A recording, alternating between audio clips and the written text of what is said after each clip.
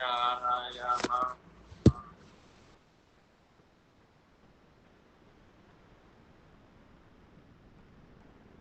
ఓం గం గజాననాయ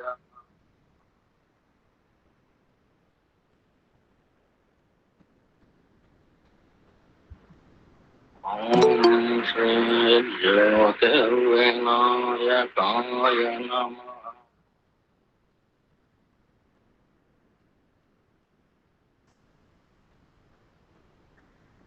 ఓం అరుణాచల విఘ్నరాజాయ నమః.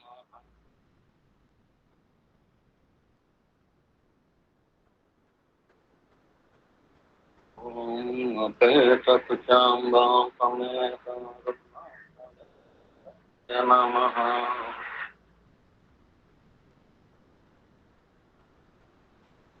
ఓం శ్రీ గురుభ్యో నమః.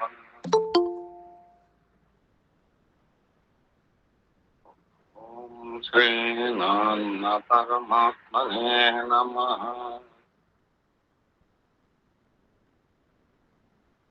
ఓం శ్రీ గురుభ్యో నమః. ఓం నమో భగవతే శ్రీరాయ. ఓం శ్రీ గురుభ్యో నమః. అచలేశ్వరాయ నమః.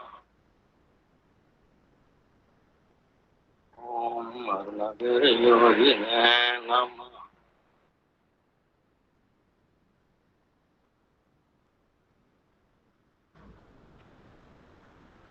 భక్తులైనందరికీ హృదయపూర్వక నమస్కారాలు.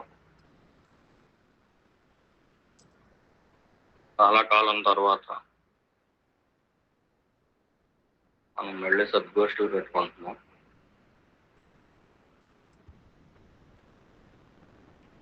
ఒకసారి సద్గోష్ఠి అంటే ఏంటో మనం జ్ఞాపకం చేసుకుందాం. ఎందుకంటే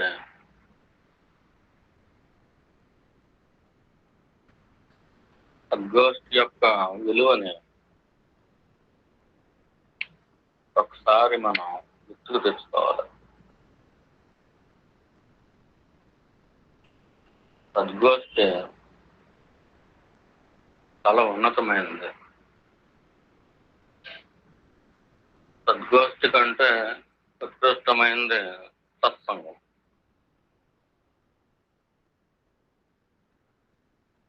సత్సంగం కంటే ఉత్కృష్టమైనది ఇంకోటి లేదు. ఆచార్య శంకరుల వారు ముల్లోకాల్లోనూ వెతకినా దొరకదు, బాగా రేర్ ఆపర్చునిటీ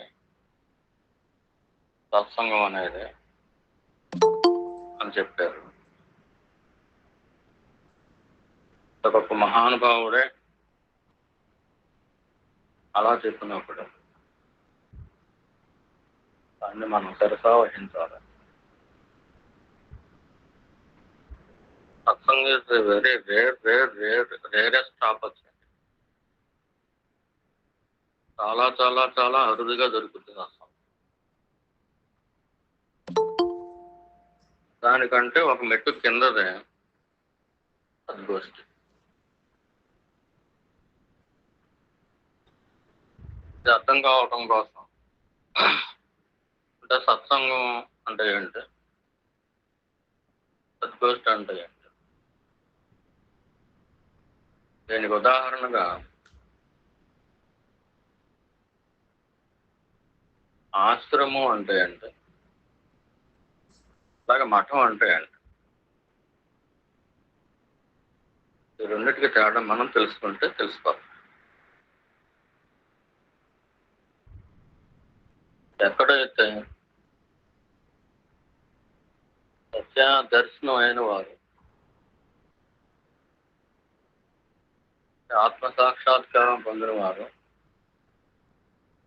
నివసిస్తూ ఉంటారో, అది ఇల్లు కావచ్చు, గుడిసె కావచ్చు, అది అరణ్యంలో ఉండొచ్చు, బంగ్లాలో ఉండొచ్చు, లేదా ఒక అరుగు కావచ్చు, లేదా ఒక చెట్టు కింద బతుకుతున్నారు, లేదా ఒక గుహలో బతుకుతున్నారు అనుకోండి ఒక జ్ఞాని. జ్ఞాని ఎక్కడ కూర్చొని వారి యొక్క అనుగ్రహాన్ని ప్రసరింపజేస్తున్నారో దాన్ని ఆశ్రమము అంటారు. ఉదాహరణకు మన రమణ భగవాన్ అరుణాచల రమణుడు మహర్షి, ఆయన అరుణాచలంలోనే ఆ గిరిపాదం దగ్గర చిట్టచివరిగా నివాస ఏర్పడుతుంది. దాన్ని రమణాశ్రమము అంటారు. అలాగే మన గురుదేవులు నాన్నగారు కూడా ఊర్లో ఉండేవారు. వారు ఇంట్లో ఉంటే ఇల్లే ఆశ్రమం. సత్సంగాలు చెప్పడం కోసం ఒక హాల్ ఏర్పరచుకున్నారు, కూడా ఆశ్రమం. ఎవరికైతే మరుజన్మ లేదో, ఎవరైతే తన సత్స్వరూపంతో అనుసంధానం అయిపోయి ఉన్నారో, ఎవరైతే తన నిజస్థితిలో భ్రాంతి భ్రమ ఇటువంటి వాటికి విడిపోయి ఉన్నారో, ఎవరైతే స్వప్నాన్ని, ఈ జాగ్రత్త అవస్థని, నిద్రనే కూడా, గాఢ నిద్రనే కూడా కేవలం తలంపులుగా చూడగలుగుతున్నారో, ఎవరైతే ఆత్మ మాత్రంగానే ఉండటంగా మాత్రమే నిరంతరం ఉండగలుగుతున్నారో వారిని జ్ఞాని అంటారు. వారి స్థాయి భేదాలను బట్టి కొంతమందిని మహర్షులను కూడా అంటారు.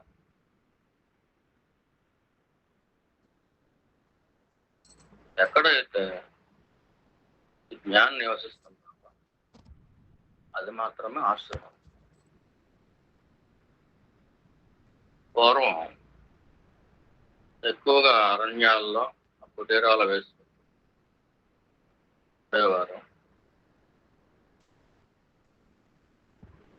సన్యాసి దీక్ష తీసుకున్నవారు దేశం అంతా తిరుగుతూ ఉండేవారు. బ్రహ్మచారులు ఆ సద్గురువుని ఆశ్రయించుకుని ఉండేవారు.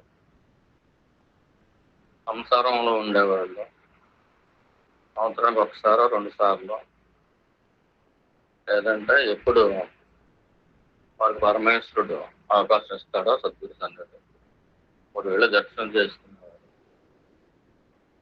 వారి దగ్గర ఉపదేశం పొంది మంత్రం తీసుకుని అనుష్ఠానం చేసుకుంటూ వారు చెప్పిన బోధనలను నిరంతరం మననం చేసుకుంటూ అలా ఉండేవారు రకరకాల భక్తులు.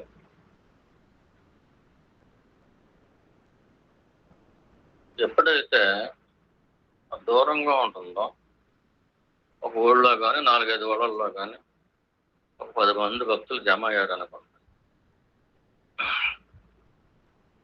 అటువంటి వారు అందరూ కలిపి ఒక పెంకుటిసాలో ఒక పాకో ఏదో వేసుకుని, పూరుగుడిస ఏదో వేసుకుని రోజు సంసారాలు అయితే సాయంకాలం పూట ఇప్పుడు అక్కడ జమ అయ్యేవారు. సన్యాసులు కానీ బ్రహ్మచర్యంలో ఉన్నవారు కానీ అక్కడే ఉండిపోయేవారు. ఈ సంసారాల్లో ఉన్నవారు వారికి ఫుడ్ సప్లై చేసేవారు. అక్కడ వారి గురుదేవులు ఉండకపోవచ్చు, దూరంగా ఉండవచ్చు. సంసారాలు మరి గురువు దగ్గర ఉండటం కుదరదు కదా. అలాగే గురువు దగ్గర కొంతమంది ఉన్నా కానీ కొంతమందికి కొన్ని పనులు అప్పగిస్తే నువ్వు పలానా చోట వెళ్ళి తపస్సు చెయ్యి అని చెబితే అటువంటి చోటుకెళ్ళి తపస్సు చేస్తూ ఉంటారు. అక్కడ ఆత్మజ్ఞానాన్ని పొందిన గురువు లేకపోయినా కానీ ఆయన డైరెక్షన్లో వెళ్తూ ఒక చోట ఊళ్ళోనూ సాధారణంగా ఊరికి చివరు ఉండేవి ఈ మఠాలన్నీ కూడా.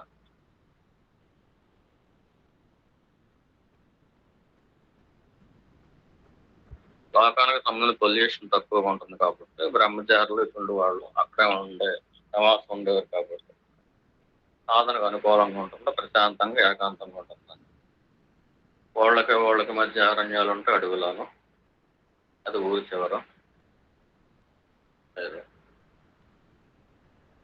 అటువంటి తోట కొంతకాలానికి పూటకోళ్ళమ్మ, పేదరాజు పెద్దమ్మ ఇటువంటి వాళ్ళందరూ వచ్చిన వారికి భోజనాలు ఉండి డబ్బులు తీసుకోవడం ఇటువంటివి కూడా వచ్చేస్తున్నారు. పూర్వం అయితే అమ్ముకునేవారు కాదు. తర్వాత కాలంలో కాల ప్రభావం వల్ల వారికి గుర్తు గడవాలి కాబట్టి అలా ఊరికి మధ్య ఒక మఠం, అక్కడ కొంతమంది నూతులు తవ్వించి నీళ్ల కోసం, అలాగే కొంతమంది ఆవులని బహుకరించి అక్కడ ఉండేవారికి ఊరికినే పాలు పోయడం ఇలా ఉండయి.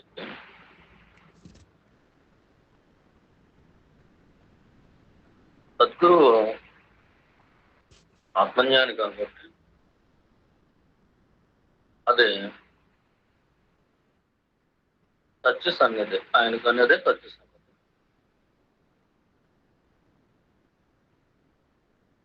దేహంతో కనిపిస్తున్నా కానీ ఆ దేహం లోపల మనసు ఉండదు కాబట్టి కేవలం హృదయంగానే ఉంటాడు. లోకంలో ఏదైనా ఒక మంచి పని చేయటం కోసం పరమేశ్వరుడు ఏమన్నా ఒక మనసును పెడితే ఈశ్వర ప్రసాదమైన ఆ మనసుతోటి ఉంటాడు.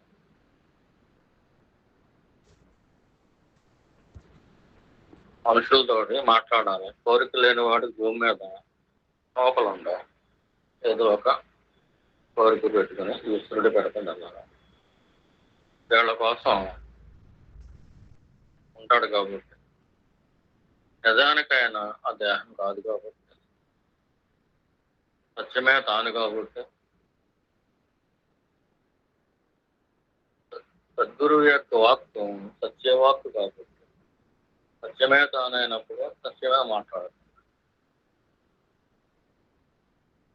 ఆ దేహం నిలబడి ఉండటం కోసం మాత్రం ఈశ్వర ప్రేరేపితమైన ఒక మనసు ఉంటుంది. అది తన కాదని తెలుస్తూనే ఉంటుంది, ఈశ్వరుడు ఇచ్చినట్టుగా తెలుస్తూనే ఉంటుంది. ఉదాహరణకు సనత్ కుమారుడి దగ్గర శిష్యరికం చేసేది నారద మహర్షి ఓంకార తంత్రం చేశాడని చెబుతాడు.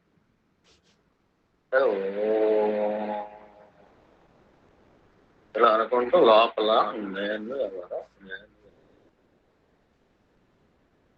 అని ఓంకారంతో నేను ఎవరు అనేదాన్ని అనుసంధానం చేయటం, అది తంత్రం. అది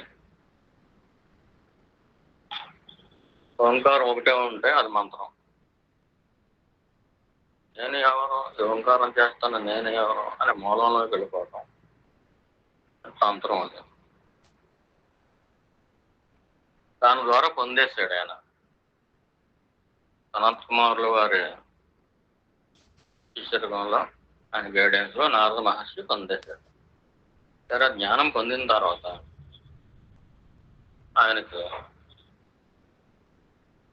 నారాయణమూర్తి మీద విపరీతమైన ప్రేమ పుట్టింది. అంచేత ఆయన నారాయణ నారాయణ నారాయణ అనే సంకీర్తన చేసుకుంటూ ముల్లోకాలు తిరిగేవారు. ఒక చోట నిలబడి ఉండేవారు కాదు. అంటే ఒక మహర్షి ఎక్కడున్నారు? పవిత్రులైన వారు ఎక్కడున్నారు? ఈ పవిత్రుల్ని పరమ పవిత్రులు చేసి జ్ఞానం పొందేలాగా మనం గైడెన్స్ ఇవ్వాలి అని ఆయన సొంతంగా అనుకోనప్పటికీ మనసు లేదు కాబట్టి ఈశ్వర ప్రసాదమైన ఈ మనసు ఉంది. దానికి నారాయణ ప్రేమ ఒకటి, అలాగే ఎంతో మంది మహానుభావులు. ఉదాహరణకు వాల్మీకి మర అనే నాలుగు తిరగకపోతే తిరగేసి ఇచ్చింది, ఆ మంత్రం ఇచ్చింది నారద మహర్షి. ఆ 2 అక్షరాలు పట్టుకుని మహర్షి అయిపోయాడు. దారుదోపిడీలు చేసిన వాడు కూడా రామనామం వల్ల మరా మరా మరా మరా చేసి ఎన్నో జన్మల్లో పెరిగిపోయి గుట్లుగా పడిపోయిన పాపకర్మలన్నింటినీ కూడా ఆ రామమంత్రం కాల్చి గుడి చేసి ఆయన మహర్షి అయిపోయాడు. అది ఎవరి సారథ్యంలో? నారద మహర్షి సారథ్యం. ఆయన ముల్లాకాలు తిరగకపోతే, చెట్లు గుట్లు తిరగకపోతే ఆయనకి మరి ఈయన ఎలా తారసపడతాడు? రత్నాకరుడు అనే ఒక పోయేవాడు ఎలా తారసపడతాడు?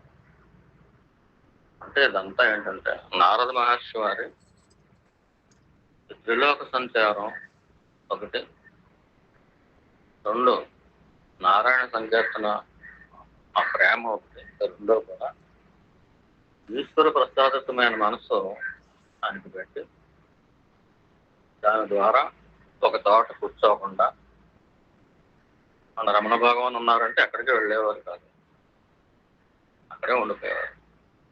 ఈయన కూడా మహర్షి. ఈయన దగ్గరికి ఎవరు వస్తే వారికి చెప్పేవారు అంతే. నారదులు వారు అలా కాదు, ఆఖరికి రాక్షస లోకం కూడా తిరిగారు. దేవ మానుష రాక్షస లోకాలు ముల్లోకాల్లో కూడా తిరిగేవారు. అంతేకాదు మనకి తెలిసి తెలియని రచయితలు, డైరెక్టర్లు కలహ భోజనుడని, అగ్నిగొల్లకేస్తాడని ఇటువంటి మాటలు తెలిసో తెలియక పెట్టారు, లేకపోతే కామెడీ కోసం పెట్టుకుంటారు. కానీ నారద మహర్షికి గొప్పతనం చాలా మంది తెలియదు. ముల్లోకాల్లో ఆఖరికి రాక్షస జన్మలో పుట్టిన వారిని కూడా తరింపు చేశాడు. లీలావతి కడుపులో ఉండగానే కదా ఈ ప్రహ్లాదుడు గర్భంలో ఉండగా తల్లికి నారాయణ మంత్రం బోధిస్తే లోపల ఉన్న ఆయన ఎంత శక్తిమంతుడంటే ఆ లోపల ఉన్న గర్భస్థ శిశువు కూడా మంత్రం తెచ్చేస్తాడు. మరి రాక్షస వంశంలో పుట్టినవాడు ఎంత ఉత్తమ భక్తుడైపోయాడు. కేవలం ఆయన కోసం నరసింహావతారం వచ్చేసింది. శ్రీ మహావిష్ణువు ఆ ఒక్క భక్తుల్ని రక్షించడం కోసం వైకుంఠానికి దిగి వచ్చేసింది. మానవులే కాదు, రాక్షసులే కాదు, దేవతలే కాదు, ఇంకా చాలా ఉన్నాయి. తిన్నెట్లు, పింపర్స్లు, అందరూ ఇలా అన్ని లోకాల్లోనూ తిరిగేవాడు. ఎక్కడ ఎవరెవరు ఉన్నారో ఉదాహరణకి మనమే ఉంటాము, మనకు తెలియదు. మనకు కూడా నారద మహర్షుల వారి అనుగ్రహం ఉండే ఉంటుంది. వీళ్ళు ఈ స్థాయి వరకు ఉంది పవిత్రత, వీళ్ళని ఒక సద్గురువుకి అటాచ్ చేద్దాం అని చెప్పి ఎక్కడికి పంపిందాం, ఇది ఏ గుడి చిలక, ఇది పూర్వజన్మల్లో ఏ రకమైన సాధన చేసింది జీవుడు చెప్తే ఈ సాధకుడిని లేదా సాధకురాలని సరి అయిన సద్గురువు దగ్గరికి పంపించే పని నారద మహర్షి చేసేవాడు. ఆయన డ్యూటీ ఇప్పటికీ చేస్తానే ఉన్నారు. ఎప్పుడైతే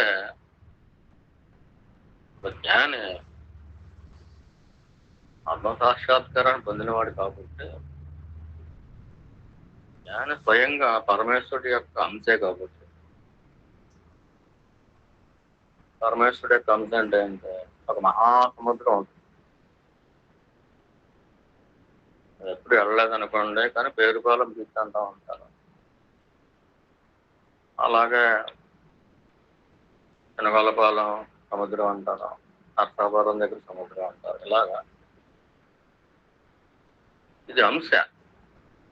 లోపలికి వెళ్ళిపోతే మహాసముద్రం, ఓషన్ అది. లోపల ఉన్నది మహాసముద్రం, ఒడ్డునున్నది కూడా సముద్రమే, కానీ గట్టును తాగుతుంది కదా. ఆ ఊరు పేరు ఏదైతే ఉంటుందో దాని దగ్గరలో సముద్రం అంటారు. నర్సాపురం సముద్రం, కొల్లపాలెం సముద్రం, విశాఖ సముద్రం, సముద్ర తీరం ఇలా అంటాం. ఇలాగా ఆయన స్వయాన ఈశ్వరులో లీనమైపోయినప్పటికీ కూడా, విడదీయలేనప్పటికీ కూడా, చెంబులో నీరు సముద్రంలో కలిపితే ఎలా విడదీస్తాం? మళ్ళీ చెంబు నీళ్ళు ఆ నీళ్ళే తెచ్చుకోవాలని కుదరదు. కానీ ఒక కళ్యాణం నిమిత్తం ధర్మాన్ని నిలబెట్టడం కోసం కావచ్చు, సాధకుల్ని మరింత గొప్ప సాధకులుగా తయారు చేసే నిమిత్తం సద్గురువుకి అటాచ్ చేయడం, ఇటువంటి పనులని నారద మహర్షి చేస్తాం. ఇలాగ ఒక మహర్షి ఈయన దేశ సంచారం చేయని వారు కొంతమంది ఉంటారు. ఒక చోట ఎక్కడికి వెళ్ళాలని ఉంటుంది.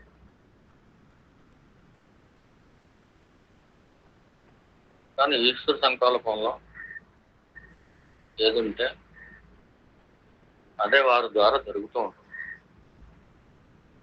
వారు సంకల్ప మాత్రుడు కాదు. జ్ఞాని సర్వస్వతంత్రుడు. ఈశ్వరుడు చేతిలో ఒక పనిముట్టు. చాలా విచిత్రంగా ఉంటుంది. సర్వస్వతంత్రుడే, కానీ ఈశ్వరుడు యొక్క బంటు, ఈశ్వరుడు యొక్క బానిస. మరి బానిసకి స్వతంత్రత ఏంటి? బానిస అంటున్నారు, ఎవరికి బానిస? ఈశ్వరుడు బానిస. ఈశ్వరుడు అంటే ఒక మహా ఆనందం, ఒక మహాసాక్షి, మహాజ్ఞానం, మహా తేజస్సు. ఈశ్వరుడు వేరు, ఈయన వేరు కాదు కదా. ఈశ్వర సంకల్పంలో ఉన్నది దీని ద్వారా జరుగుతాం. దాని యొక్క వాక్కు సత్యవాక్కు. చేత ఆయన సత్యమై ఉన్నాడు, సత్యంలో లీనమైపోయి ఉన్నాడు. ఒక మనసు కనిపిస్తున్నప్పటికీ లోక వ్యవహారం కోసమే మనసు కాదు, ఆ ఉన్న మనసు కూడా లీనమైపోయింది. చెంబు పట్టుకెళ్ళి సముద్రంలో వేసాం, ఆ చెంబులో కూడా నీరు ఉంటుంది, అది కూడా సముద్రమే. కానీ చెంబు ఆకారం కనిపిస్తూ ఉంటుంది, ఇందులో ఉంది కూడా సముద్రం నీరే.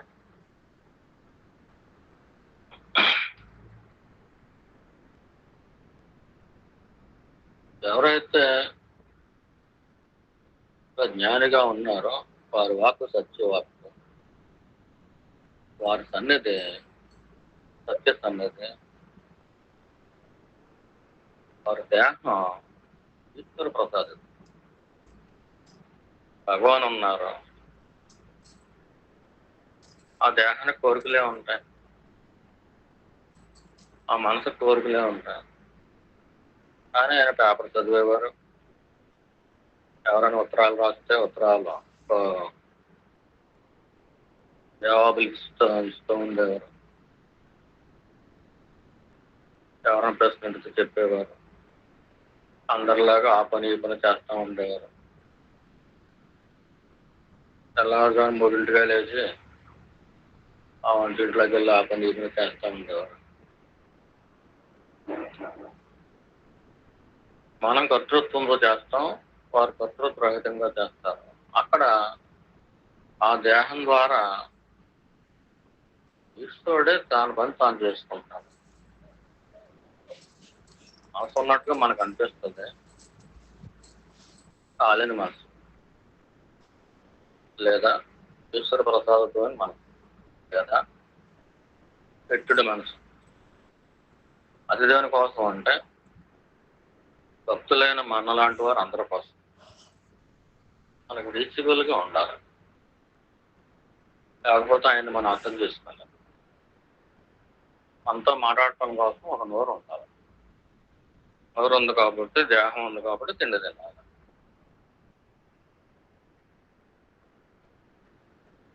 ఎక్కడి నుంచి అయితే సత్యవాక్ వస్తుందో, ఎవరైతే సత్యంతో తన వేసుకుని ఉండటం కాదు,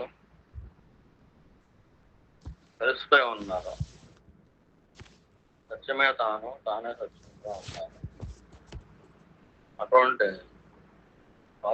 వారు ఈశ్వరుడు జీవితంలో పెడితే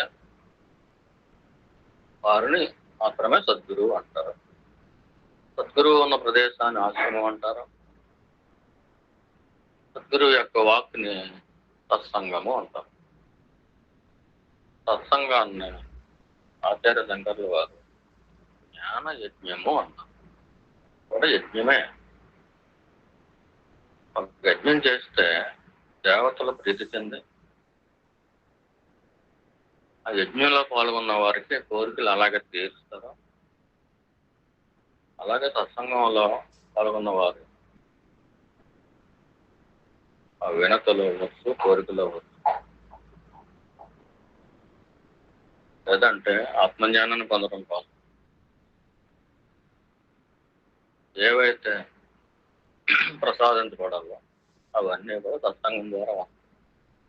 ఈ సత్సంగాన్ని సూక్ష్మ రూపంలో ఉంటే దేవతలు కూడా వింటారు, శ్రవణం చేస్తారు.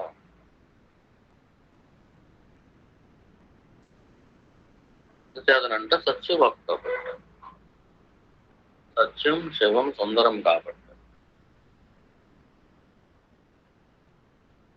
ఆ వాక్కు మరణం లేనిది కాబట్టి, అమృత తుల్యం కాదు, అమృతమే కాబట్టి, ఉత్తమ కానిది కాబట్టి దేవతలు సైతం విని వారు ఎంజాయ్ చేస్తూ ఉంటారు. వెళుతూ వెళుతూ ఆ సత్సంగం వల్ల ఉన్న వారికి ఎవరికైనా పారకుండానే వరాలు కూడా ఇచ్చేసి వెళ్ళిపోతారు. అది సత్సంగం. సద్గురు ఉన్న ప్రదేశం ఆశ్రమం, సద్గురు సన్నిధి, సద్గురువుతో కలిసి ఉండటం, లేదా జ్ఞాని యజ్ఞంలో పాల్గొనటం, దీని సత్సంగము అంటారు. మన సద్గోష్ఠి అంటే ఏంటి? కూడా సత్యం గురించి ఇష్టంగా మాట్లాడుకోవాలి, రీతితో మాట్లాడుకోవాలి. ఇక్కడ సద్గురువు ఉండవలసిన పని లేదు. గురువు ఎక్కడ అరణ్యంలో ఆశ్రమంలో ఉంటారు. శిష్యులు నలుగురు కలిపి ఒక ఊళ్ళో తలా పనులు చేసుకుంటూ ఉంటారు. సాయంత్రానికో ఎక్కడో భజన కార్యక్రమం పెట్టుకుంటారు, లేదంటే ఈ మధ్యాహ్నం కూడా 1 గంట 2 గంటలు వాళ్ళు ఖాళీ ఉన్నప్పుడు ఇష్టంతో సత్యం గురించి మాట్లాడుకుంటూ ఉంటారు. సద్గోష్ఠి అంటే అది సత్యం గురించి ఎంతో ఇష్టంతో, ప్రీతితో, ప్రేమతో.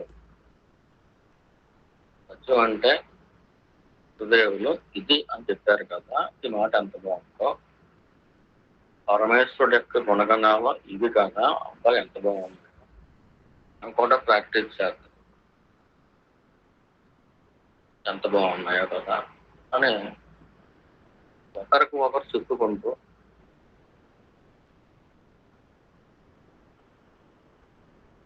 ఇష్టంతో కూడి ఉండాలి పూర్తిగా. సద్గోష్ఠి ప్రియ అమ్మవారు. సత్సంగం అయితే సాక్షాత్తు దేవతలు సైతం తింటారు. ఇక్కడ అమ్మవారు ప్రత్యేకంగా సద్గోష్ఠి. అమ్మవారు అంటే ఒక పార్వతీదేవి అని అనుకోగలం. సరస్వతి కావచ్చు, లక్ష్మీదేవి కావచ్చు. ఆ మాటల్లో నారాయణమూర్తి గురించి వచ్చిందనుకోండి, నారాయణమూర్తి గురించి 10 మంది కూర్చొని ఒక రీతితో ఆయన గుణగణాలని వింటూ ఆనందిస్తున్నారు అనుకోండి. వేడి వేడి గారెలు తిన్నప్పుడు ఎలాగైతే ప్రియానుభూతి నాలుగు సంతోషిస్తుందో అలాగా నారాయణమూర్తిని ఎంజాయ్ చేస్తారు. అత్యంత ప్రీతి చెందేది ఎవరంటే లక్ష్మీదేవి. సద్గోష్ఠి పూర్వం ఆ మఠాల్లో జరిగాయి, ప్రతి గుళ్ళల్లో జరిగాయి. పూర్వం ప్రతి ఇంటికి ఒక అరుగు ఉండేది, నలుగురు కూర్చొని మాట్లాడుకునేవారు, గోష్ఠి చేసుకునేవారు సత్యం గురించి. ఇష్టంతో, ప్రీతితోటి, ప్రేమతోటి సత్యాన్ని స్మరించుకోవడం, సత్యాన్ని రివిజన్ చేసుకోవడం, గురువు చెప్పిన దాన్ని రివిజన్ చేసుకోవడం. దీనికి కూడా ఎంతో ఫలితం. పెరిగిన టెక్నాలజీ ఎంతో ఉపకారం చేస్తుందంటే మనం అందరూ ఎక్కడెక్కడో ఉన్నాం. కొంతమంది ఇప్పటికే చేస్తున్నారో చాలా సంతోషం. సత్సంగం అలాగైతే ఓ దీపం వెలిగింది, సత్సంగం అయిన తర్వాత హారతి అయితే ఎలాగిస్తారు అలాగే సద్గోష్ఠి ఏ దేవుడి గదిలోనో దేవుడి ఎదురుకుంటాం. దేవుడి గది ఖాళీ లేకపోతే చిన్నదే గదే లేకపోతే ఒక చోట దీపం పెట్టుకుని ప్రశాంతంగా ఒక చోట కూర్చుంది గంట సేపు కూడా చెప్పింది శ్రవణం చేసి ఆఖరిని హారతి ఇచ్చేవారు కూడా గతంలో ఒకసారి చెబితే అలా చేస్తున్నారు చాలా సంతోషం. ఇది కూడా గొప్పదే. ఇదే దీనివల్ల ఏమవుతుంది, పిల్లల్లో ఉన్న నెగిటివ్ ఎనర్జీ పోతుంది. కొంతమంది ఇళ్లల్లో ఉంటారు, కొంతమంది కొంపల్లో ఉంటారు. ఇళ్లల్లో ఉండేవారిని గృహస్థులు అంటారు. అది భవంతి అయినా కానీ కొంప కింద కనిపిస్తుంది. రాగద్వేషాలు, అసూయలు, ఈర్ష్యలు, ఒకళ్ళొకళ్ళు తిట్టుకోవటం, కొట్టుకోవటం, ఆయా బట్టి పీడిస్తూ ఉంటాయి ఒక గృహాన్ని. దాని కొంప అంటారు.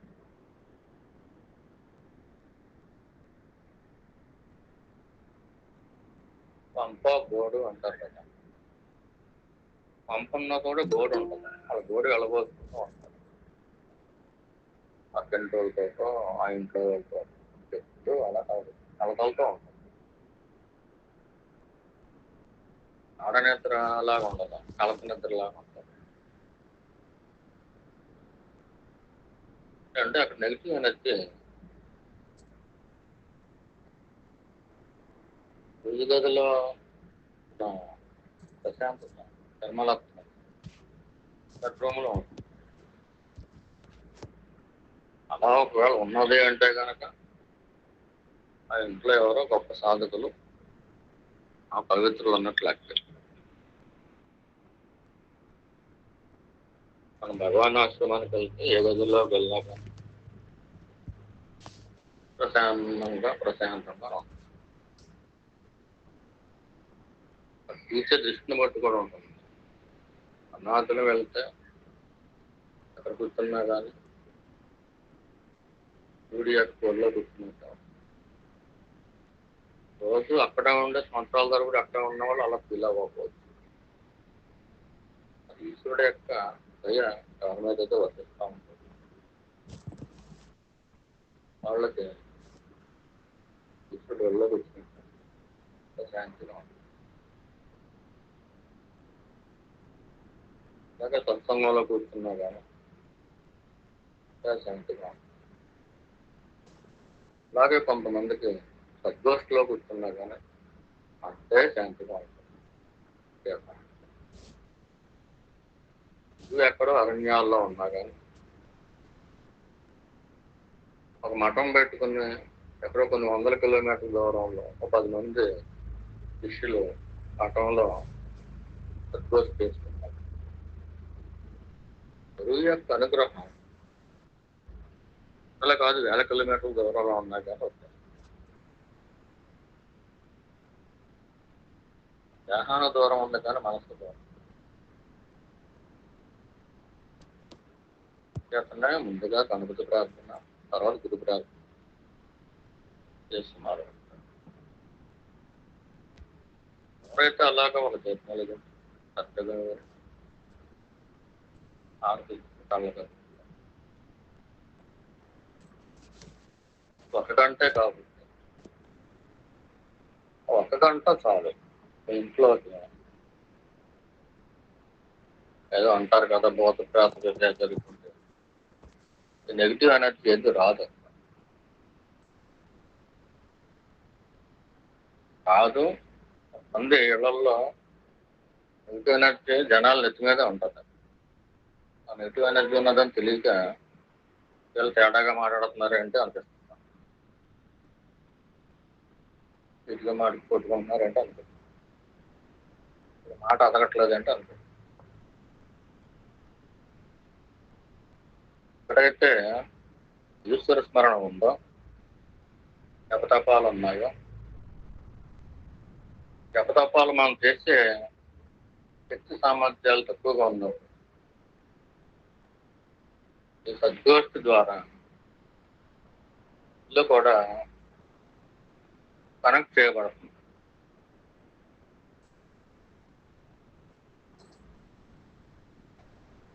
ఇంట్లో ఒక 24 మంది అతమంలో ఉన్నారు, 24 ఇళ్లలో ఉన్నారు అనుకుంటాం. 24 ఇళ్లలోకి కూడా పరమేశ్వరుడు యొక్క అనుగ్రహం వెళ్ళి చేరుతుంది. శాంతి ప్రవాహం వాక్కు ద్వారా వెళ్ళి చేరుతుంది. ఇంట్లోకే కాకుండా మీరు ఇంట్లోకి కూడా వచ్చారు.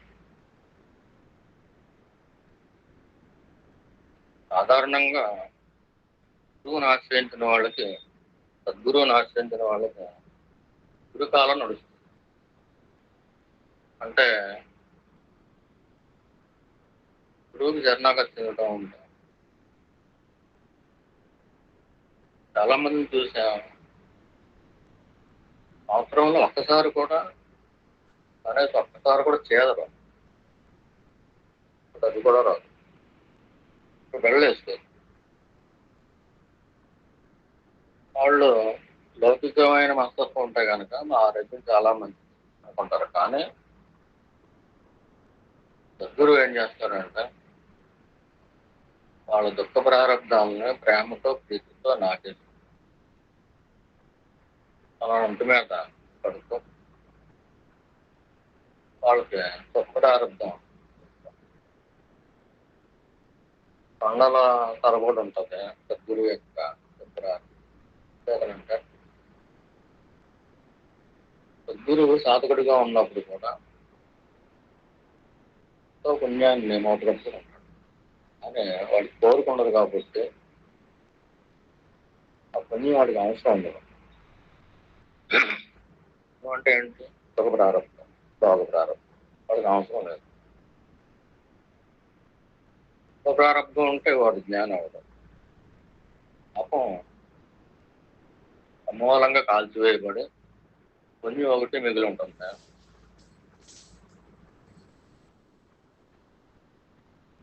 మహాదేవుడు ఆది భిక్షు,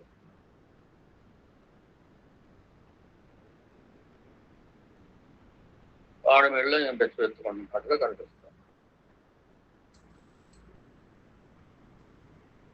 ఐశ్వర్యం అంతా ఈశ్వరుడు అయినప్పటికీ కూడా వాడు పెట్టుకున్నట్టు కనిపిస్తుంది. ఎవరైనా ఆ భిక్షాపాత్రలు ఏమన్నా ఇస్తారు, గౌరవం తెస్తే కొండ అలా పంచిపెట్టుకుంటూ వెళ్ళిపోతాం. అదే అనుభవం ఉన్న వాళ్ళకి, శరణాగతిలో ఉన్న వాళ్ళకి మాత్రం అర్థమవుతుంది. సత్సంగం యొక్క గొప్పలు సాధారణంగా మ్యాక్సిమం 99.9% ఎప్పుడూ కూడా ఎటువంటి అనారోగ్యాలు కానీ, కష్టాలు కానీ, ఈ పంప గోడు ఎలబోసుకోవడం కానీ ఏమి ఉండవు. చేత అందరూ పుణ్యాన్ని వాళ్ళకి బదిలీ చేస్తాడు. అప్పుడు దాకా ఉన్న పాపాలన్నీ హరాయించుకుంటారు. ఈ పుణ్యం వల్ల ఏమవుతుందంటే వాళ్ళు సుఖంగా ఉండటం మాడతారు. వాళ్ళు సుఖంగా ఎందుకు ఉండాలనుకుంటారు అంటే తన బిడ్డలనే ఒక ప్రేమభావనే కాకుండా వాళ్ళు ఎందుకు వచ్చారు? ఆత్మజ్ఞానం కోసం, సాధన కోసం వచ్చారు. వారి సాధన బాగా చేసుకుంటారని అలా చేస్తారు. ఆ ఇళ్లలో కొన్ని గొడవలు ఉన్నాయండి, మీరు చెప్పినందుకు ఏమీ లేదు అంటే అది మీకు అవసరం కాబట్టి పెట్టాడు. దాని ద్వారా మీరు నేర్చుకోవాల్సింది ఉంది కాబట్టి పెట్టాడు. సంసారం వేరు, సాధన వేరు కాదు. సంసారంలో నువ్వు ఏవైతే దాటాలో నువ్వు దాటు నీ దగ్గరే పెడతాను. నువ్వు ఒక అడుగు వేసి దాటటమే. అది దాటిన తర్వాత మళ్ళీ కొంతకాలానికి నీ స్థాయి పెరుగుద్ది, లోపల తెలుస్తానే ఉంటుంది. హృదయం విశాలం అయ్యే కొద్దీ నీకు శాంతి పెరుగుతానే ఉంటుంది. ఒక చోట మండోదరి రావణాసురులా కూడా పెడతాడు, తారా వాలిలా కూడా పెడతాడు. తార జ్ఞానం పొందేస్తుంది, కానీ వాలి మరి అలరే అలరే. మండోదరి జ్ఞానం పొందేస్తుంది, ఆ రావణాసురుడు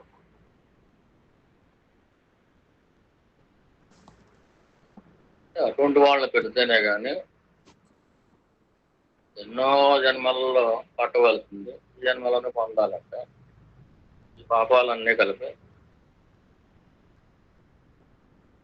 ఒక వ్యక్తిలో సృష్టించి వాళ్ళ చేత మనకి కష్టాలు పెట్టించి అవి దాటేలా చేస్తారు. చాలా సింపుల్. పరమేశ్వరుడికి అసంభవం ఏముంది? అనే సంభవం. మన మీద ఎంత ఇష్టం లేకపోతే మనం సాధన కోసం కండ్లంట గొట్లంట తిరగక్కర్ లేకుండా తెప్పించుకుని అడుక్కోక్కర్ లేకుండా ఆ టైంకి భోజనం పెట్టేసాం.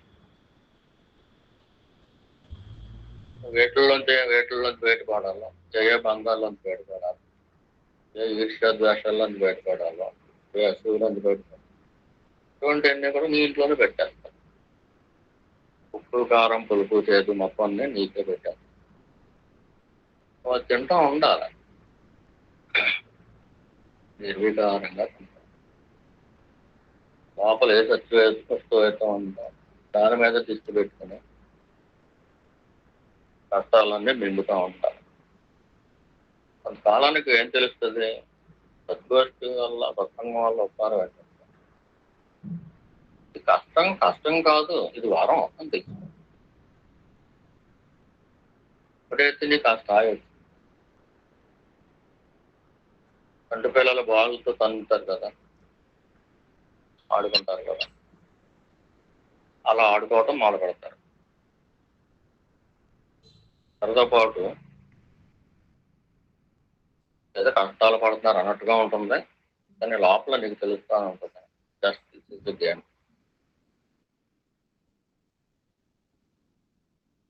కష్టాన్ని తన్ని అవసరం పడేస్తారు ఇష్టంతో.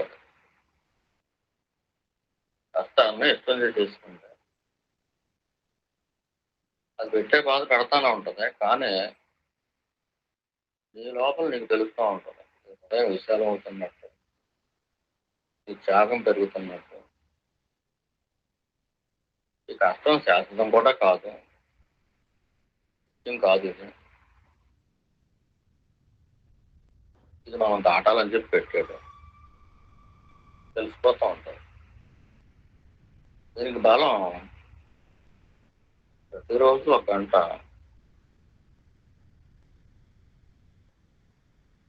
గోష్ఠి ఇష్టం మాత్రం ఉంటారు. గోష్ఠి సత్ గోష్ఠి అంటే పూర్తి ఇష్టం ఉంటారు. గంట నిజంగా అత్యవసరం అయితే ఏదైనా పని అది చేసుకుంటూ వినొచ్చు. అదే ఏదో టీవీ సీరియల్ చూసినట్టుగా మనం ఉండకూడదు. ఇంకేతనంటే ముందుగా అనుగ్రహం ప్రవహించేది మన మనసులోకి ప్రవహిస్తుంది. ఆ తర్వాత మన గృహంలోకి వస్తుంది. ఈ మనసు పరధ్యానంలో ఉంటే ఆ పని ఈ పని చేసుకుంటా ఉండి కూడా మనసు పరధ్యానం లేకుండా కొంతమంది ఉండగలరు. ఆ స్థాయి వాళ్ళ కోసం కాదు నేను చెప్పాను. మనసు పరధ్యానంలో లేకుండా ఇష్టంతో వింటూ అలాగే ఎప్పుడు ఎక్కడ డౌట్ వచ్చినా కానీ అడగాలి. అలాగే చెప్పే టీచర్ కూడా వారికి తెలిసినంత వరకు చెప్పాలి. వారి అనుభవం ఎంతవరకు ఉంది రాతల్లో సద్గోష్ఠిలో పాల్గొని శ్రవణం చేసే శ్రోతల్లో చెప్పేవాళ్ళని టెస్ట్ చేయడం కోసం అడగకూడదు. వారు మీరు సోదరి మనందరం ఒకే కుటుంబీకులు. భగవాన్ రమణ మహర్షి గారు చెప్తారు, నాన్నగారు ఇల్లు ఉంది. ఆ భావంతో ఉంది టెస్ట్ చేయడం కోసం అడగకూడదు. అలా అడిగితే పాపం. ఇష్టంతో చేసుకునేది కానీ రాజకీయం కాదు. గోష్ఠి సత్ గోష్ఠి నువ్వు అత్యంత ప్రీతితోటి సత్యాన్ని ఎంజాయ్ చేయాలి. ఆ సత్సంగం అనేది ఆవు గడ్డు వేస్తుంది అనుకోండి, ఒకసారి గబగబా తినేస్తుంది. వారానికి ఒకసారి తినేస్తుంది. కడుపు నిండిపోయిన తర్వాత ఒకసారి కూర్చుని నెమరేసుకుంటా ఉంటుంది. ఇలా రోజు ఒక గంట నెమరేసుకుంటూ ఉంటారు. ఆ నోట్లో దొరకొస్తూ ఉంటుంది. అప్పుడు మాత్రమే అరుగుతుంది. చేత ప్రశ్నించడం కోసం ప్రశ్నించడం కాకుండా నిజంగా అర్థం కాకపోతే కనుక పరమేశ్వర స్వరూపం పరమేశ్వర యొక్క గుణగణాలు మాకు ఇక్కడ అర్థం కావాలి వివరించి చెప్పాలి అన్నట్టు కాలేదు. అలాగే టీచర్స్ కూడా తమ కన్న బిడ్డల మీద ఎంత ప్రేమ ఉంటుందో అంత ప్రేమను చూపించగలగాలి. అసలు వాళ్ళ మీద వాళ్ళు మనల్ని టెస్ట్ చేస్తున్నారేమో అని చెప్పి పొరపాటు కూడా అనుకోకూడదు. ఒకవేళ నిజంగా అలా చేస్తే వాళ్ళు అనర్హులు, సద్గోష్ఠికి అనర్హులు. టెస్ట్ చేసే వాళ్ళు ఎప్పుడూ కూడా సద్గోష్ఠికి అనర్హులు. గోష్ఠి సత్ గోష్ఠి ఎంతో ప్రీతితోటి ప్రేమతోటి పరమేశ్వరుడు యొక్క గుణగానాలని ఆరగించడం. విందు ఆరగించినట్టు ఆరగించడం. ఆ విందు ఆరగిస్తున్నప్పుడు వంట ఎవరు చేశారంటే నిజానికి ఎక్కడి నుంచి వస్తుంది అనుకుంటున్నారు మీరు? ఒక టీచర్ చెబుతారు అనుకోండి ఒకరోజు, ఆ టీచర్కి వాళ్ళ మనస్తత్వాన్ని బట్టి వాళ్ళ బ్రెయిన్ ఫంక్షన్ బట్టి ఒక ప్రింట్ ఉంటుంది, ఒక విధానం ఉంటుంది. కానీ కోర్సు మాత్రం సద్గురు నుంచి వస్తుంది. సబ్జెక్ట్ ఎప్పుడూ కూడా సత్సంగంలో ఏ మహర్షి అయితే ఉన్నారో, ఏ జ్ఞాని అయితే ఉన్నారో వారికి ఎక్కడి నుంచి అయితే వస్తుందో, ఏ హృదయం నుంచి అయితే వస్తుందో సద్గోష్ఠిలో ఉన్న టీచరు ఆ సద్గురువు యొక్క ఆ వాక్కు స్వాధీనం చేసేసుకుంటారు. ఏదో మాట్లాడుతూ మొదలు పెడతారు కానీ తర్వాత వాక్ని స్వాధీనం చేసేసుకుని సద్గురువు రోజు మీకు దొరకరు కాబట్టి ఆ వాక్ని టీచర్ యొక్క వాక్ని స్వాధీనం చేసేసుకుని ఎంతో వైభవోపేతమైన సబ్జెక్ట్ వచ్చేస్తూ ఉంటుంది. ఆ చెబుతున్న వాళ్ళు కూడా మనకి ఇంతకుముందు ఈ విషయం తెలియదే, ఇప్పుడు వాళ్ళే తెలిసింది, అయితే ఇది ప్రాక్టీస్లో బాగానే ఉంటుంది అనుకుని ఇది ప్రాక్టీస్లో లేదు అని చెప్పేస్తున్నాం అంటే మనం ఎలా ప్రాక్టీస్ చేసుకోమని అర్థం. వాళ్ళు చెప్పడం మనం ఎలా సరిపోతాం ప్రాక్టీస్ చేసుకోకపోతే. ఎలాగ సబ్జెక్ట్ వచ్చింది కాబట్టి వాళ్ళ రేపటి నుంచి ఇది ప్రాక్టీస్లో పెట్టేసుకుంటాం. ఒక తపన వచ్చాం. తపనే వాళ్ళ పేరు సాధన చేయించి అదే తపన వినేవాళ్ళకి శ్రోతలకు ఉన్నా కానీ తపనతో అడగాలి, తపనతో వినాలి.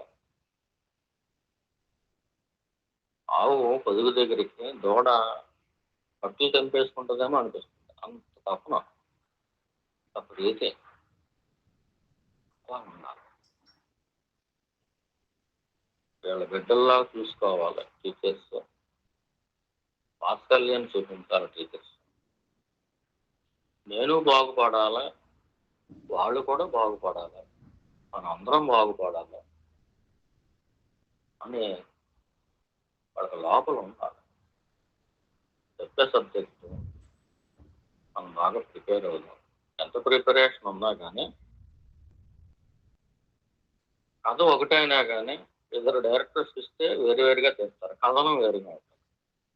ఎవరి మెంటాలిటీని బట్టి వాళ్ళు తెస్తారు. అలాగే సబ్జెక్ట్ ఒకటైనా కానీ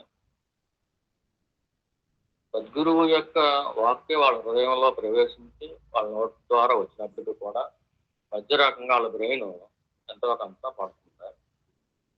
పడి వాళ్ళకంటూ సొంతంగా ఒక అందంగా చూస్తారు. వినాయకుడి విగ్రహాన్ని నలుగురికి ఇస్తే నాలుగు రకాలుగా చేస్తారు, నలుగురు 4 రకాలుగా బొమ్మ వేస్తారు. అన్ని వినాయకుడి విగ్రహాలే, కానీ దేని అందం దాంతో. అక్కడ ప్యాటర్న్ మారచ్చు, కథనం మారచ్చు, ఆ స్టోరీలోని ఎసెన్స్ ఎక్కడి నుంచి వస్తుంది, అసలైన సోర్స్ ఏంటి, సద్గురువే. ఎవరైతే పొరమేస్తారో ఈశ్వరుడు యొక్క అనుగ్రహం ముందుగా ఎవరి మీద అయితే వాళ్ళు తప్ప పాల్గొంటారు.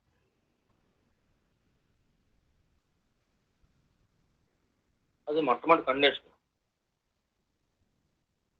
వాత్సల్యము అంటే తల్లికి బిడ్డ మీద ఉండే ప్రేమ, వాత్సల్యం. తప్ప అంటే కుమార, కూతుర అని అర్థం. అలా ఉండాలి, ఆ భావంతో వారు చూడాలి. అలాగే ఇలా చాలా మంది పొద్దుటే లేవటం, వ్యాపారం చేసుకోవటం ఇటువంటి ఉంటాయి. సాధారణంగా మన భారతదేశంలో ఆడవారు ఎక్కువగా చేస్తారు. అయితే యజ్ఞం చేయని వారు అంటూ ఉండేవారు కాదు. అది బ్రాహ్మణులు చేసేది కాదు, అందరూ చేసేది. సంధ్యావందనం అందరూ చేసేది, అందరూ తీసుకున్నారు. తీసుకున్న తర్వాత కొన్ని సంవత్సరాల పాటు చేయగా వారికి ఒక రకమైన మెంటాలిటీ డెవలప్ అవుతుంది. ఆ మెంటాలిటీని బట్టి వాళ్ళని బ్రాహ్మణుల్లో పడేయాలా, క్షత్రియుల్లో పడేయాలా అని విభజించేవారు. హృదయోగంలో నాటేది. తర్వాత కాలంలో బ్లడ్ రిలేషన్కి అయిపోయింది. అయితే కృతయుగం అంటే ధర్మం 4 పదాలు అందరూ చేసి, కొంతమందికి ఇది ఉంటుంది, కొంతమందికి అది ఉండదు, పూజ ఉండదు. వారి యొక్క డ్యూటీలో నిమిత్తంగానే లేదంటే పూర్వజన్మల్లో కొంతమందికి సర్వీస్ ఉంటుంది. ఎంత సర్వీస్ ఏమన్నా చేస్తారా, దీపాలు వెలిగించుకోవాలని పద్ధతిస్తారు. కొంతమంది దీపాలు బాగా వెలిగించి కోరికలు బాగా అడుగుతారు, సర్వీస్ మాత్రం చేయరు. వీళ్ళల్లో ఏ మంచి అయితే ఉందో అది వీళ్ళు పాటిస్తూ దాన్ని ఆరంభంగా చేసుకుని నిత్య నేర్చుకుని చెట్టెక్కేసినట్టు వాళ్ళు పూర్వజన్మల్లో ఏ సాధన అయితే చేశారో ఆ సాధననే నిత్యం దాన్ని డెవలప్ చేసుకుంటూ సాధనలో కలిసిపోవడం. కేవలం నిత్య పూజ చేసినందుకు మాత్రాన ఆత్మజ్ఞానమే వచ్చేది. నిత్యము శుద్ధి చేసుకున్నంత మాత్రాన దేహానికి బలం వచ్చేది. దేహానికి ఆకలేస్తుంది, ఆకలికి అన్నం పెట్టాలి. ఈ శుద్ధి అవసరం ఉంటుంది. పడుకుని లేస్తారో లేకపోతే పగలు ఎక్కడో పనిచేసి వస్తారో దేహం శుద్ధి చేసుకుని అప్పుడు భోజనం చేస్తారు. స్నానం అంటారు. దేహాన్ని శుద్ధి చేసుకోవాలి. దేహం శుద్ధి చేసుకున్న తర్వాత బయట శుద్ధి అయిన తర్వాత లోపల ఆకలికి అన్నం పడేస్తారు. అన్నం వల్లనే బలం వస్తుంది. శుద్ధి వల్ల బలం రాదు. శుచిపూజ అనేది స్నానంతో సమానం. మనసుకు చేయబడే స్నానం. శుచిపూజ చేయని వాళ్ళకి కొంతమంది ఏం చేస్తారో పూజ చేసుకోకపోయినా కానీ సద్గురువు దగ్గర ఒక మంత్రం తీసుకుంటారు, మంత్రం చేసుకుంటారు. మంత్రం చేసుకోవడం వల్ల వాళ్ళు శుద్ధి అవుతారు. మనం శుద్ధి అవ్వాలి. ఎందుకంటే మళ్ళీ లోకంలోకి వెళ్తారు కదా. అది గదిలోనే ఉన్నా కానీ ఇంట్లో నుండి వంట చేసుకున్నా కానీ లోకంలో గొడవలు తెలుస్తూ ఉంటాయి కదా.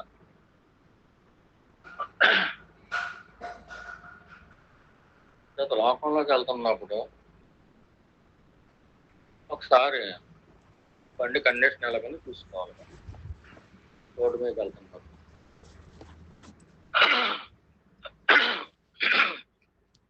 రాత్రి ప్రయాణం చేసి వచ్చారు. తెల్లారు అర్జెంటుగా వెళ్దామంటే కాలు తప్పిపోయింది, మోటార్ సైకిల్ చట్టం ఒకటి. ఏం చేస్తారు? ముందుగా ఆ ప్యాచ్ చేయించుకుంటారు. అట్లా ఉండదు అనమాట.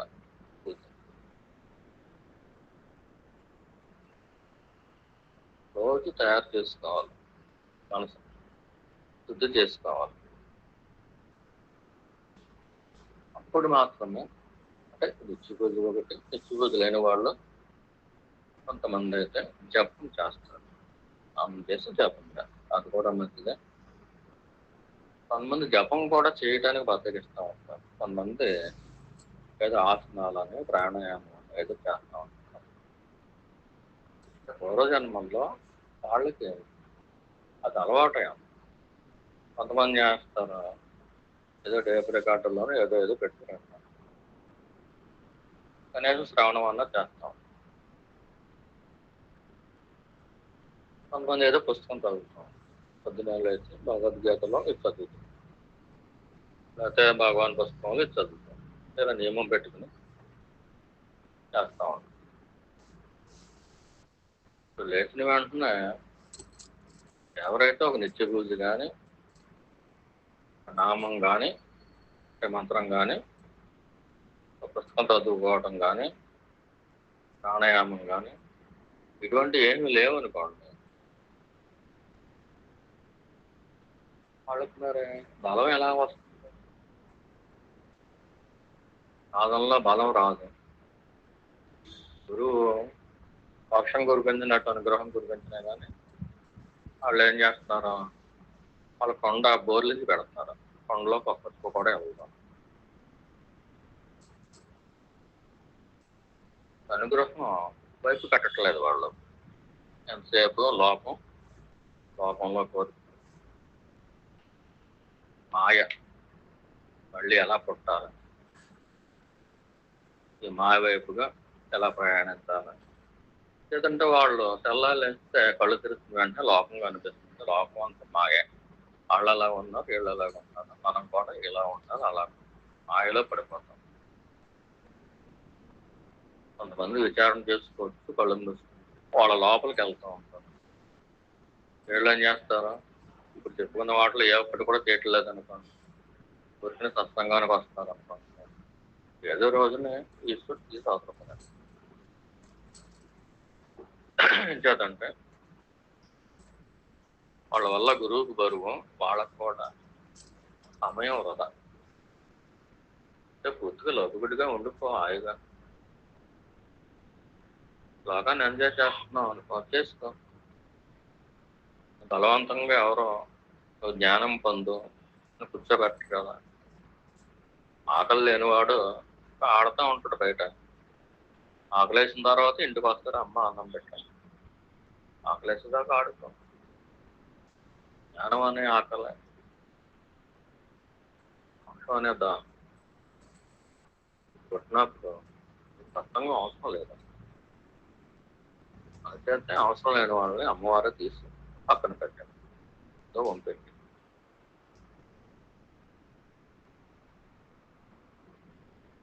కానీ అవసరమైన వాళ్ళకి, ఆ డెడికేషన్ ఉన్న వాళ్ళకి అది ఇచ్చేస్తా ఉంటాం.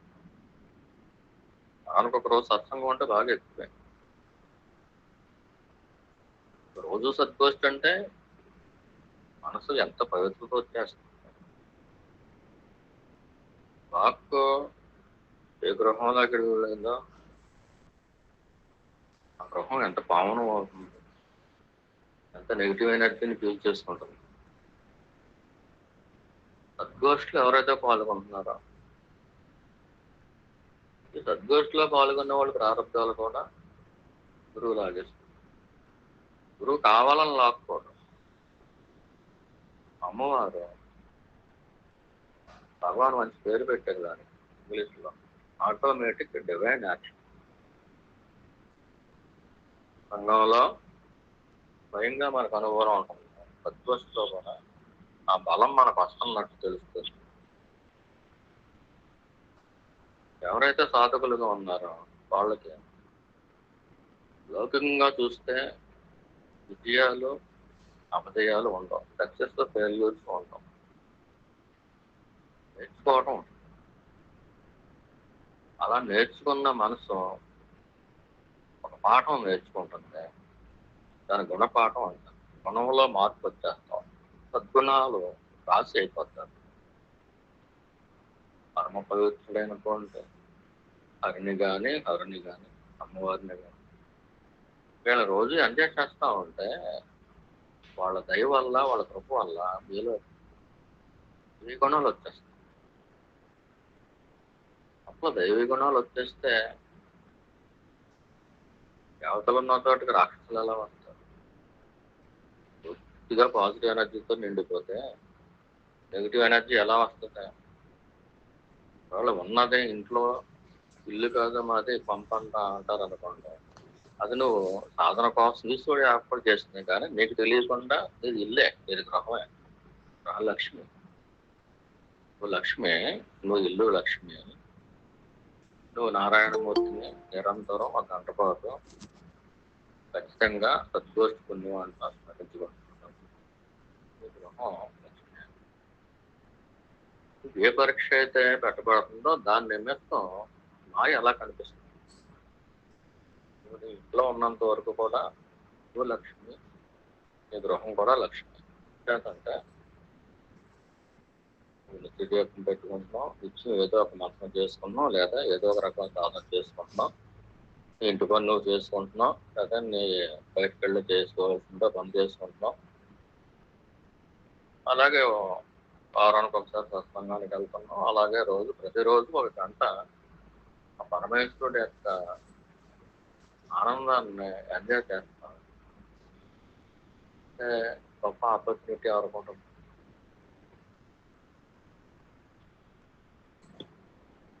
అంచేత నిన్నేది ముట్టుకోదు. తామరాకుని నీటి బిందువు వేసినా కానీ ముట్టుకోదు అది. అలాగే నీకు గృహంగా ఉంటుంది, వాళ్ళకి పంపగా ఉంటుంది. ఎక్కువగా చెబుతూ ఉంటారు, ఆంబోతులు అంటే కష్టం. ఆంబోతు ఎలాగైతే పరిగెత్తులో చూసారు, ఎప్పుడైనా దగ్గరగా చూసారు ఆంబోతుని? దాని దగ్గరికి వెళ్తేనే ఎక్కడ పొడుస్తుందని భయం.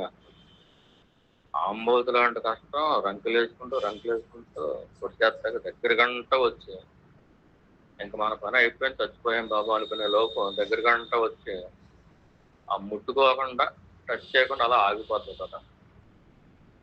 అలా పరిగెడుతూ వస్తున్నప్పుడు మనకు కొంచెం భయం వేస్తుంది, ఆకలేస్తాము. కానీ మీరు సాధనలోనే ఉంటే పరమేశ్వరుడు యొక్క అనుగ్రహం, సద్గురువు యొక్క దయతోటి అది వచ్చి గర్రమంట వచ్చి అలా ఆగుద్ది. నేను పొడవడం అందరూ ఏమనుకుంటారంటే నువ్వు చచ్చిపోయావు ఇంకా అనుకుంటావు. నీ దెబ్బతో నీ పని అయిపోయింది అనుకుంటావు. కానీ నేను టచ్ చేయదు. టచ్ చేయాలంటే నీ ఒంటి మీద ప్రారంభం ఉండాలి కదా. ఆ ప్రారంభం ఎవరు తీసేసుకున్నాడో గురువు తీసేసుకున్నాడు. అప్పుడు ఏమవుతుంది? ఏదో 1% ఉంది కాబట్టి అక్కడ దాకా వచ్చేస్తుంది. కానీ ఎలా పొడుస్తుంది? నీ లోపల నీ ప్రారంభం ఉంటే అది పొడుస్తుంది. ఆ పాపం ఉంటేనే అది వచ్చే దుఃఖం పొడుస్తుంది నీకు. పాపం గురువుకి వెళ్ళిపోయినప్పుడు నిన్న ఎలా పొడుస్తుంది? పడవలేదు కదా. పొడుద్దాం అనుకున్నా కానీ పడవలేదు. ఈ పాపాలన్నీ అంటే శాస్త్రంలో చెప్పబడింది. మా గురువు గారు కూడా చెప్పారు. గురువు యొక్క దేహం భక్తుల యొక్క ప్రారంభం, సుఖ ప్రారంభం కాదు, దుఃఖ ప్రారంభం. ఏ గురువు అయినా సరే సద్గురువు అయిన పక్షంలో కొన్ని వందల మందికి చెప్పేస్తూ ఉంటారు సబ్జెక్ట్, కొన్ని వేల మంది ఉంటారు. ఆ భక్తుల్లో ఏ ఒక్క పాపం వాళ్ళు తీసుకోలేరు అనుకుంటే ఆటోమేటిక్ డివైనేషన్ ఆ గురువుకి పంపించట్లేదు అనుకోండి, వాళ్ళు సద్గురువు కాదని అర్థం. రమణ మహర్షి కానీ, రామకృష్ణ పరమహంస కానీ, నాన్నగారు కానీ వీళ్ళందరూ కూడా ఆ దేహం మీద ఎన్నో పడ్డారు. కనీసం ఇంత చిన్న విషయం కూడా తెలియని గొప్ప గొప్ప సాధకులు అనే పేరున్న వాళ్ళు కూడా ఉంటారు. గొప్ప గొప్ప గురువులు అనే పేరున్న వాళ్ళు కూడా ఉంటారు. మరి నిజానికి సద్గురువా అయితే కనుక ఈ ప్రారంభం అటు తెలుపు. అందుకనే శాస్త్రంలో ఏం చెప్పారంటే నువ్వు అన్నీ పక్కనెట్టేసి, నువ్వే సాధన చేయలేని పక్షంలో అన్నీ పక్కనెట్టేసి ఆ సద్గురువు యొక్క దేహాన్ని కాపాడుతున్నావు భూమి మీద. అలా 12 ఏళ్ళు చేసి ఏ సాధన చేయకపోయినా కానీ విదేహ ముక్తి వస్తుంది శాస్త్రంలో. 12 ఏళ్ళు ఏదో గంట 2 గంటలు చేయడం కాదు, 12 ఏళ్ళు పూర్తిగా డెడికేషన్ కూడా సద్గురు అంతే. వాళ్ళు ఏరేసా అంటే శబరి అలా చేసి గురువుకి సేవ చేసి ఆత్మజ్ఞానాన్ని పొందేసి, ఆత్మజ్ఞానాన్ని పొందిన తర్వాత శ్రీరాముల వారు దర్శనం ఆయన సాక్షాత్తు శ్రీ మహావిష్ణువు భూమి మీదకి వచ్చి ఆయన దర్శనం మానవ రూపంలో మోపు సహితంగా ఆవిడికి దర్శనం ఇచ్చి మహాజ్ఞాని. పుట్టడం ఆ గిరిజనుల కుటుంబంలో ఎక్కడ ఆవిడ ఏం సాధన చేస్తుందంటే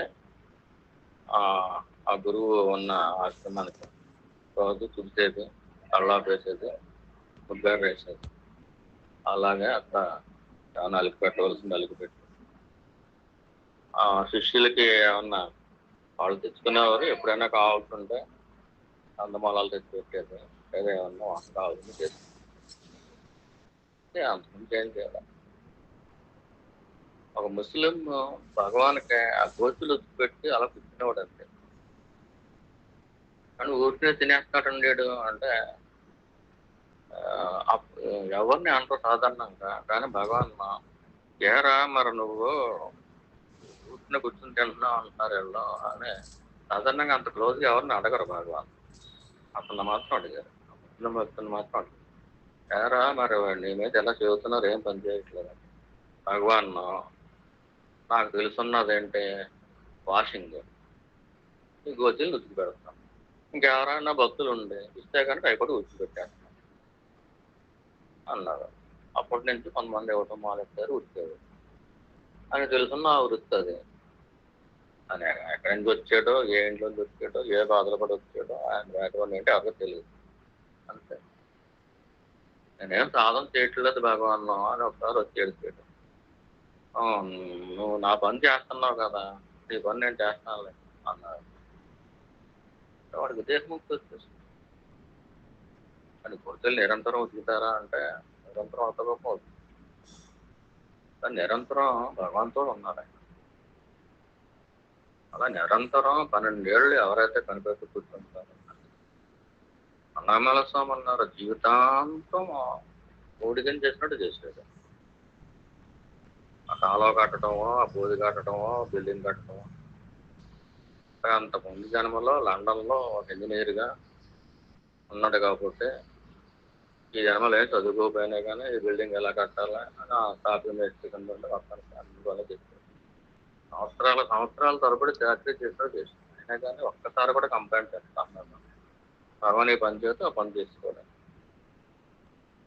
రాష్ట్రంలో ఫైనల్లో 3 ఆయనకంటూ సొంతంగా ఆ కుటీర ఏర్పరిచి ఒక విధానం చెప్పారు. ఆ విధానంలో సాధన చేసుకున్నారు. ఆ పుణ్యాన్ని పొందారు. 3 years అంతే. లాగైనా లాక్కుండా ఫైనల్. ఆ తర్వాత భగవాన్ దేహం వదిలిపెట్టేసిన తర్వాత ఆయన దగ్గర కూడా చాలా మంది ఆత్మజ్ఞానం కోసం సందేహాలు అడిగేవారు. అలాగే విపరీతమైన శాంతి ఆయన అనిపించారు. ఎప్పుడు ఎవరికి ఎలా వస్తుంది 12 ఏళ్ళు అంటే చాలా ఏళ్ళు చేశారు. యువకుడిగా ఉన్నప్పుడు వచ్చాడు, మసలోడు అయిపోయిన తప్ప మసలోడు అవుతా ఉండగా ఈ చాలా సంవత్సరాలు ఆయన పనిచేస్తున్నారు.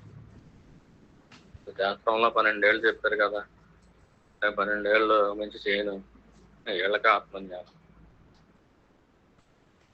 ఇంకోటి ఏంటంటే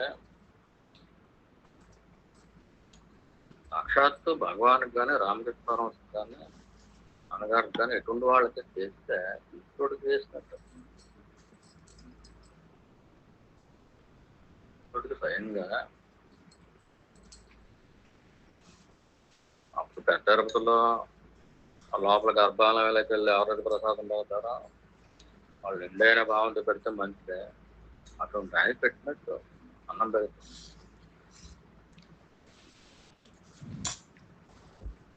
చేసిన ప్రతి ఉపచారం కూడా కరెక్ట్గా ఈశ్వరుడికి వెళ్తుంది. ఎందుకంటే జ్ఞాని ఈశ్వరుడు అంత. మనం ఏం చేస్తామంటే స్థాయిలో పడిపోతాం. మనం దేహంగా ఉన్నాం కాబట్టి గురువు కూడా దేహంగా కనిపిస్తున్నాడు కాబట్టి ఇంకా అనవసరంగా మనం ఎక్కువ ఇంపార్టెన్స్ ఇస్తాటంలో మన ఇంట్లో పని మనం చేసుకుంటే సరిపోతుందిలే అని అనుకుంటాం. ఇంట్లో పని ముందు, తర్వాత గురువు పని అనుకుంటే అది పని అవుతుంది. సాధన చేసుకోవాలి. ఏ సాధన చేయలేమంటే కనుక ఇంక గురువే సర్వస్వంగా సేవలో ఉండాలి.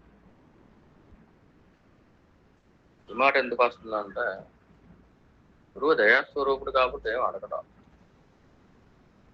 మన దేహం కృషించిపోతున్నా కానీ వాళ్ళే తెలుసుకుంటారు మనకు అవసరం అనిపిస్తాం. సత్సంగం ద్వారా వచ్చినా, సద్గతి ద్వారా వచ్చినా కానీ, ఆ ఒంటి మీద ప్రారంధాలు వచ్చినా కానీ, చిన్నపిల్లలు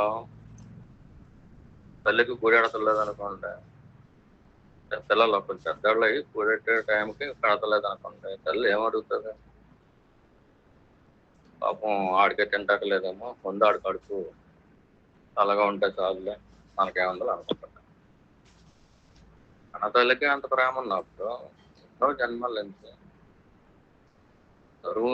తరుముకుంటూ వస్తుంది ఈశ్వరానుగ్రహం. ఒక సద్గురువుని ఇచ్చినప్పుడు చూడే మన కోసం ఇచ్చాడు కదా, కన్నతల్లి ప్రేమ కంటే ఎక్కువ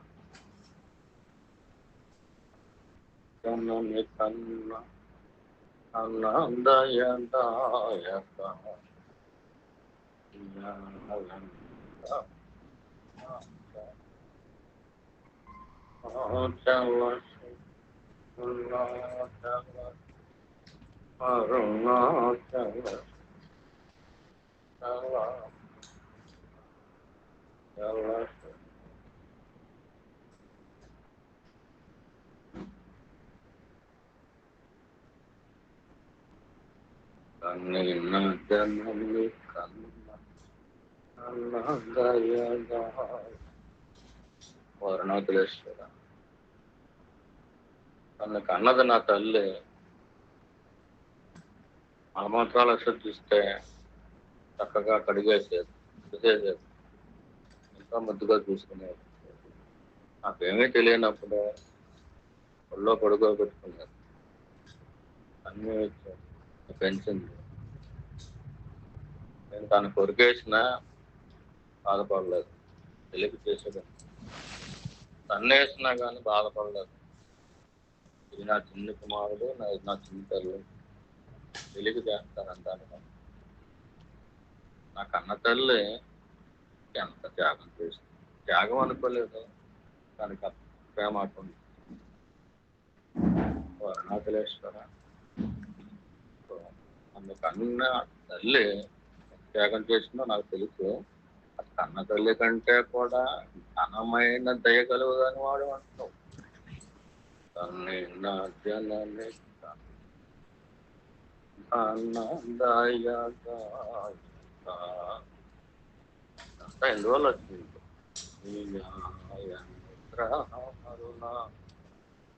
అరుణాచల ఇది అనుగ్రహం. ఓ దయకలు గారు నువ్వు ఎటువంటి దయ అంటే చెప్పటానికి అలవని కాదు, అన్నదయ, మామూలు దయ కాదు.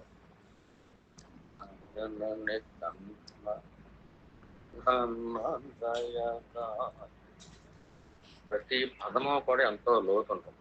భగవాన్ వాడే పదాలు. ఈ ఘనము అంటే ఎంత లోతు ఉంటుందో ఎన్నో స్టోరీస్ చెప్పుకోవచ్చు. యోగక్తి చరిత్రలో ఎన్నో స్టోరీలు చెప్పుకోవచ్చు. ఎన్నో సమయం ఉండాలి. నా కన్నతల్లి ప్రేమ గొప్పదనుకున్నాను, కానీ ఇది అంతకంటే గొప్పది, చాలా ఘనమైనది. అందులోనూ కన్నతల్లిలో లేనిది నీలో ఉన్నది దయ. కన్నతల్లిలో జాలి ఉంటుంది, జాలి జీవలక్షణం, దయ దైవీ లక్షణం. ఎంత దయని నా మీద నేను ఎన్నిసార్లు జారిపోయినా కానీ పట్టుకుంటా. అహంకారం నన్ను ఎన్నిసార్లు మాయ చేద్దామని చూసినా కానీ నువ్వే రక్షణ. అరుణాచలేశ్వర ఎన్నిసార్లు నువ్వు ఆ ఆంబోతి చేత కొమ్మించుకున్నావు. ప్రారంభం నాదే, శిక్షణ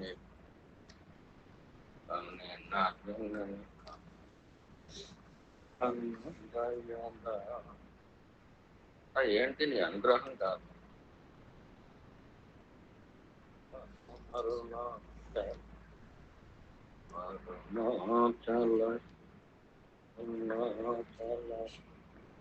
అరుణాచల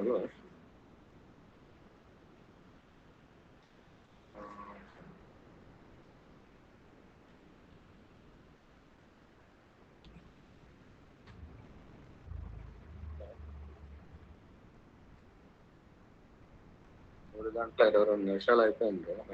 22